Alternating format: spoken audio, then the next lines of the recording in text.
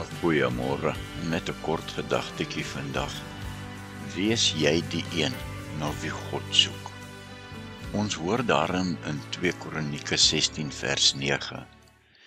Die Here het sy oë oral op die aarde, sodat hy die kan help wat met hulle hele hart op hom vertrou. Ja, onthou net, die Here soek na mense wat hom volkome vertrou en dan help hy hulle. God is op soek na mense wat passievol is oor die dinge waaroor hy passievol is en op mense wat ten volle op hom vertrou. Ja, God is op soek na mense wat hom heelhartig sal navolg. En om God heelhartig te volg, dit is sy wil vir sy kinders.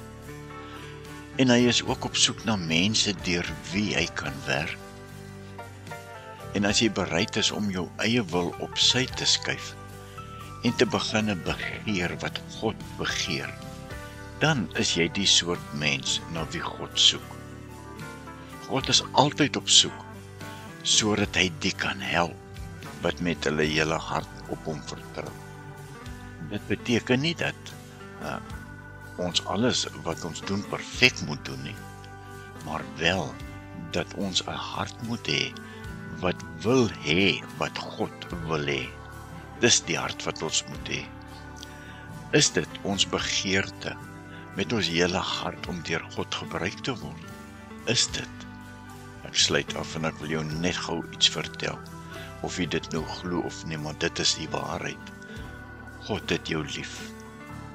God wil hê dat ons van hom afhanklik moet wees en lewe. Op hom alleen moet vertrou en steun.